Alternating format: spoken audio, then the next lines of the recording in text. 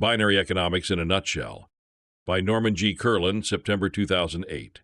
Many other writers on worker ownership, broad-based capital ownership, and participatory economics have trivialized and marginalized Louis Kelso as merely the inventor of the ESOP and as just another advocate of the ownership solution to the flaws of global capitalism. One notable exception is William Grider, who gives a generally accurate description of Kelso's paradigm in his 1997 bestseller One World, Ready or Not: The Manic Logic of Global Capitalism. A more careful examination, however, reveals an elegant system of interconnected principles that bridges classical, Keynesian, and other schools of economics. Furthermore, Kelso offers a new post-scarcity paradigm for analyzing and correcting structural economic defects that foster such seemingly intractable problems as global poverty, environmental destruction, and the widening gap between the haves and have-nots. In Kelso's system, binary means consisting of two parts. Kelso divides the factors of production into two all-inclusive, physically interdependent and market-quantifiable categories: the human, which he calls labor, and the non-human, which he calls capital. The central tenet of binary economics is that through the property or ownership principle, these two independent variables can link marketable outputs from the labor-capital mix directly to incomes distributed according to market-quantified values of all labor and all capital inputs. Some critics have argued that things such as land or entrepreneurship should be recognized as distinct productive categories. This, however, misses a key point of Kelso's ownership economics, namely that there are only two modes by which a person can legitimately contribute to production and thereby be entitled to a commensurate distribution. One, through his own human inputs, labor of whatever form, or two, through his own non-human inputs, capital of whatever form. Binary economics attributes most of the increases in the labor-capital mix of the modern world to capital assets in the form of ever-improving technologies, structures, and system designs, and far less to any increased productiveness of human labor. Classical economic theory, on the other hand, regards all output and earnings derived from capital enhancements as if they were produced by increased labor productivity, thus rationalizing higher and higher pay for less and less human effort. Binary economics holds that broad-based affluence and economic freedom, as opposed to financial insecurity and economic dependency for the many, would be made possible through the widespread ownership of constantly improved capital assets, including system changes that are added to produce more and more consumable goods with less and less human input and resources.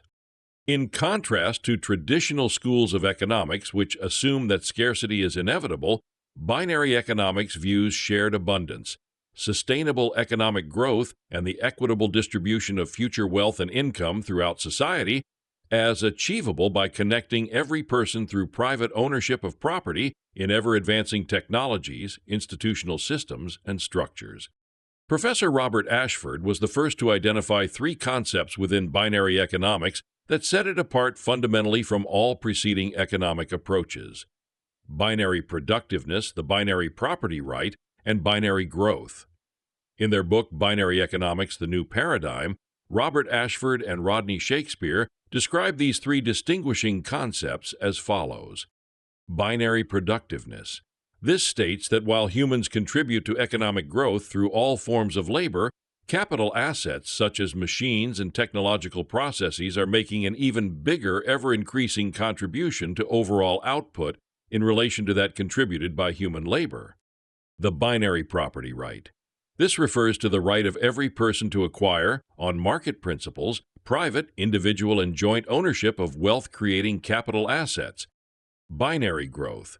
This holds that economies grow steadily larger as private capital acquisition is distributed more broadly among the population on market principles.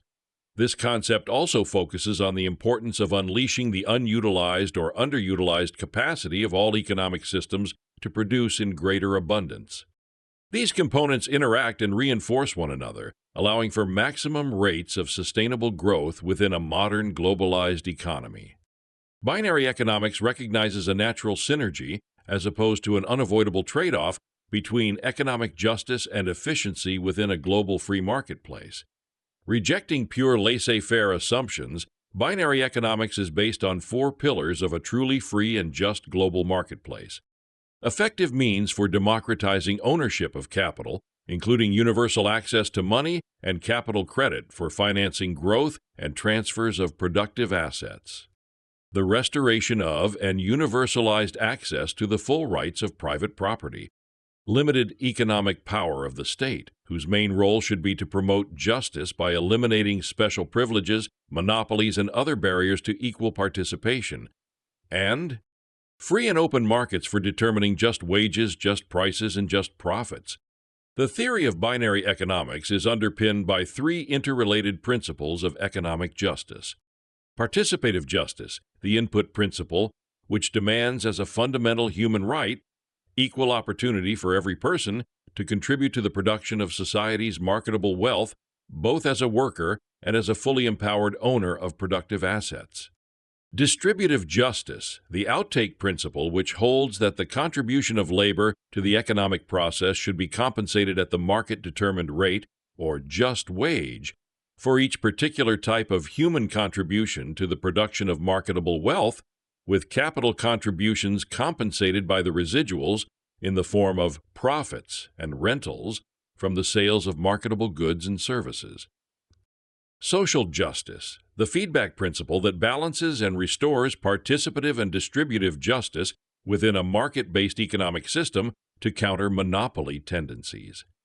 It places a personal responsibility on every member of a group or institution to organize with others to correct defective or unjust institutions that deny equal opportunity to participate or that violate the principle of distributive justice. This principle was referred to by Louis Kelso and Mortimer Adler as the principle of limitation, referring to the limitation on the exercise of private property rights such that they may not be used to harm the person or property of another or to harm the general welfare of society.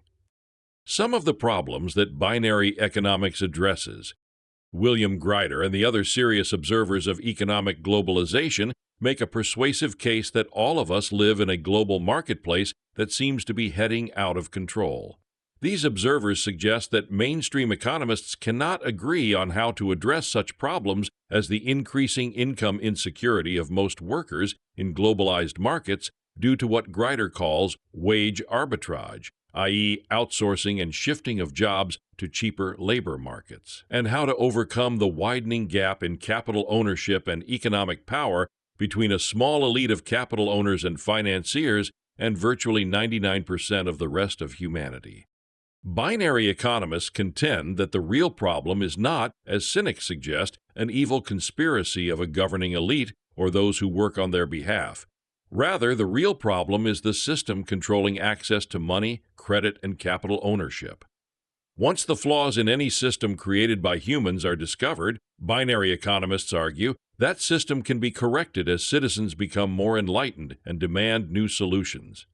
Kelso's binary economic system combines the elegance of classical market theory with classical moral philosophy and the highest spiritual values. He points out precisely where Adam Smith, Karl Marx, and John Maynard Keynes fell short theoretically by not recognizing the increasing productiveness of capital as the main source of economic growth and the most logical source of widespread income distribution.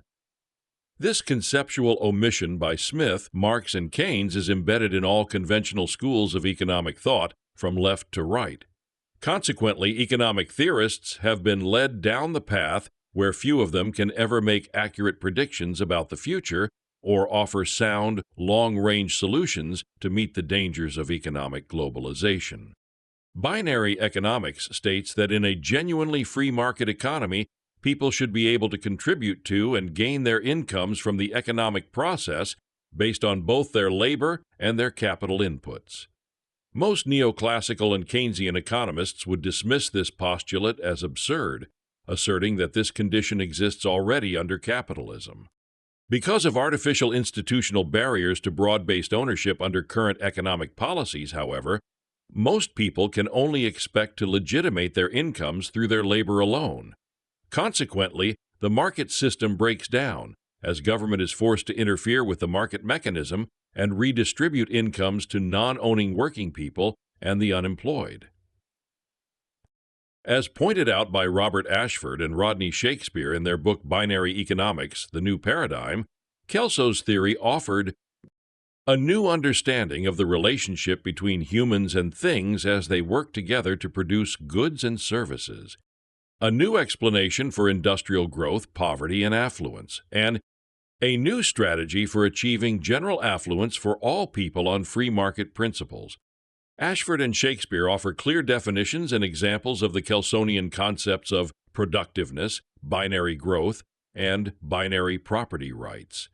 They also address the fundamental flaw in today's dominant economic paradigms, an unrealistic, inefficient, and blind reliance on labor productivity to justify mass redistributions of purchasing power. Because of these blind spots in traditional economic theories, all existing systems are structured to concentrate economic power, spawning corruption, crime, exploitation, and dehumanization of workers, and endemic poverty and powerlessness in our global village. If we believe in democracy and empowering every person with rights and responsibilities to contribute to peace through justice in the world, then clearly something new is needed.